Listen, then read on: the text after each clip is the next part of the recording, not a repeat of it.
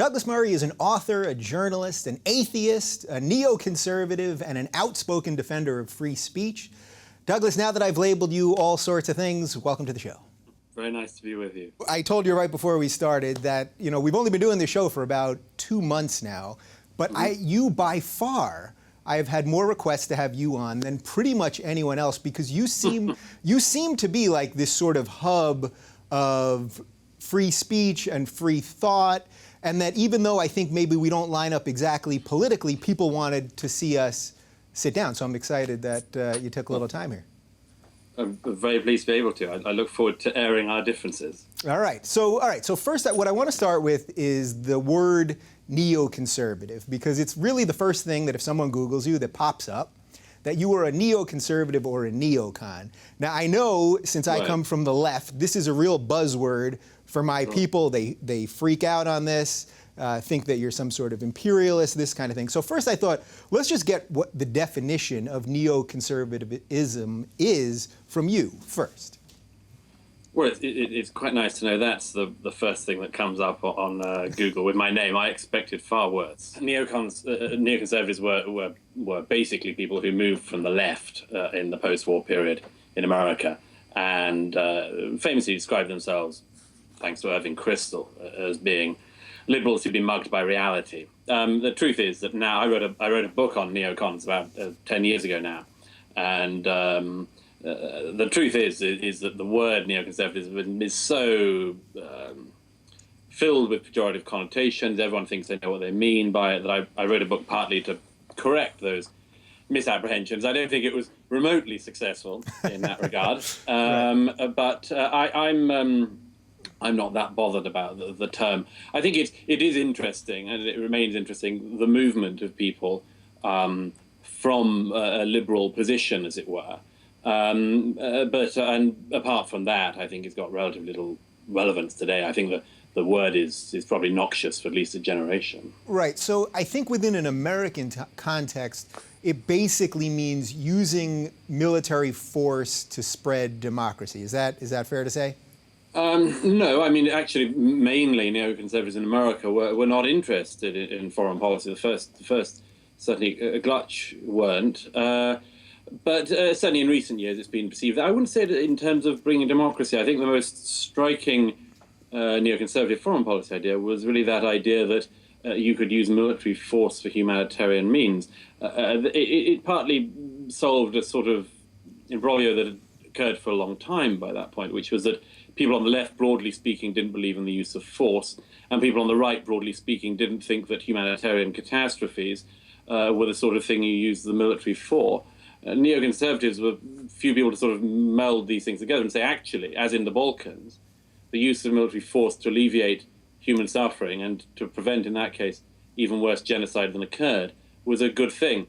However, I mean, as we all know, the last 10 years, if it's possible for a neoconservative to be a liberal who's been mugged by reality, then I think it's probably possible now to be a neoconservative who's been mugged by reality as well. Right. So I guess this is why labels just suck in general, because I think what you're saying is there's various lines through here that you could be someone that does believe in nation building, and obviously there are some people that do believe in nation building, and then you could be someone that just purely believes on intervening on humanitarian regards, and probably several other things beneath that, right?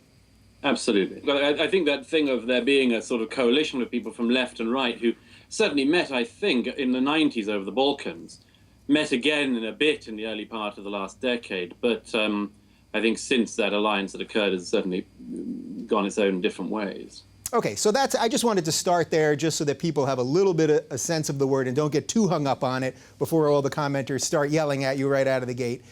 So I wanted to start also with that where I became familiar with you was right after the Charlie Hebdo attacks in France, because you were all over the media, and I saw an interview, it was a discussion on Al Jazeera, and you were incredibly, I thought, lucid and clear and clean in your explanation of why we can have no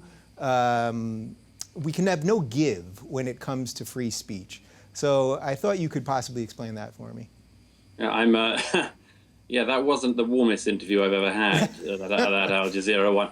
Yeah. I think, one always tries to be polite, of course, but it was a bit much that within 24 hours of the 12 people being shot dead in Paris, that Al Jazeera invited me on and wanted to have a discussion about what this would mean about the allegedly nascent European hatred of Islam and Muslims and so on, the so-called backlash thing.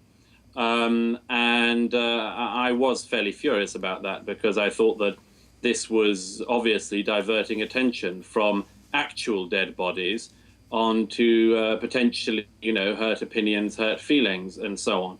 And anyhow, I did actually, it was a pre-record for what it's worth, and I went back afterwards and said to a colleague, well, they're never going to air that, because I think I did at some point give the interviewer, who was sitting in Doha, a piece of my mind about the fact that he seemed to, he didn't like it, let's say, that when I pointed out he lived in an unfree country and was working for an unfree media, and that I wasn't answerable to him. I still haven't actually got the fee for that interview. I've not been asked back either. You'll be amazed. Yeah, I'm guessing the check is not coming in the mail, so I would just let that be.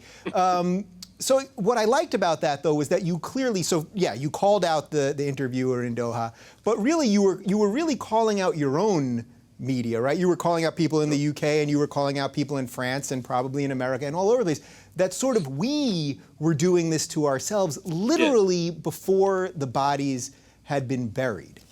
Yes, well, it's worth recognizing in a way when you've lost, and we've lost every round of the free speech wars in recent years, from the Satanic Verses affair onwards. We always sort of get a technical, there's always a technical way out we allow ourselves, after the Satanic Verses, thank goodness Salman Rushdie remained alive, but basically everybody has been often said, internalized the fatwa. There's never been another book like the Satanic Verses published. There probably won't be in our lifetimes. After Charlie Hebdo, people walked through the streets of Paris, world leaders in that sort of preposterous parade through Paris, and Parisians holding up pencils as if this was an act of defiance. No, an act of defiance would have been if everyone had marched through Paris holding a cartoon of Muhammad. The act of defiance on the part of the media that was so desperately trying to find a way to be showing alliance with their slaughtered colleagues. The best the media could do was to sort of repeat the same Weasley excuses they've been doing for 10 years since the Danish cartoons affair, and try to save their dignity. I mean, it's a very undignified sight, I think. The media, after all, we've got to remember, it probably awards itself more awards than anyone else in the world. Right. Firemen and policemen don't have endless award ceremonies for their bravery and give each other medals and so on. But journalists are doing it all the time. There is lots of journalistic bravery, don't get me wrong.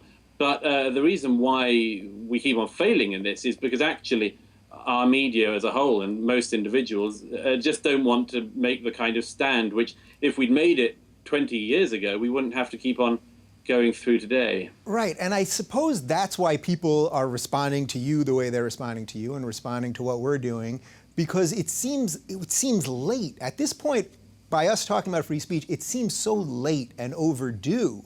And I think that's why there's been this sort of groundswell of support for what we're doing. Do you agree with that? I hope so. I mean, I was a bit pessimistic there about the possibility of another Satanic Verses book. But look, I mean, things could change. But it certainly seems to me that a lot of people are increasingly aware of the fact that we live in an age of extraordinary cowardice, and an age of cowardice that masquerades as an era of truth-telling. But these things are very confusing, I think, for most people when they're living through them. If you'd have said, I don't know, in 1999, if I'd have seen you, you'd see me, and one of us had said to the other, the 21st century is going to be racked across the Western world with blasphemy wars. Right.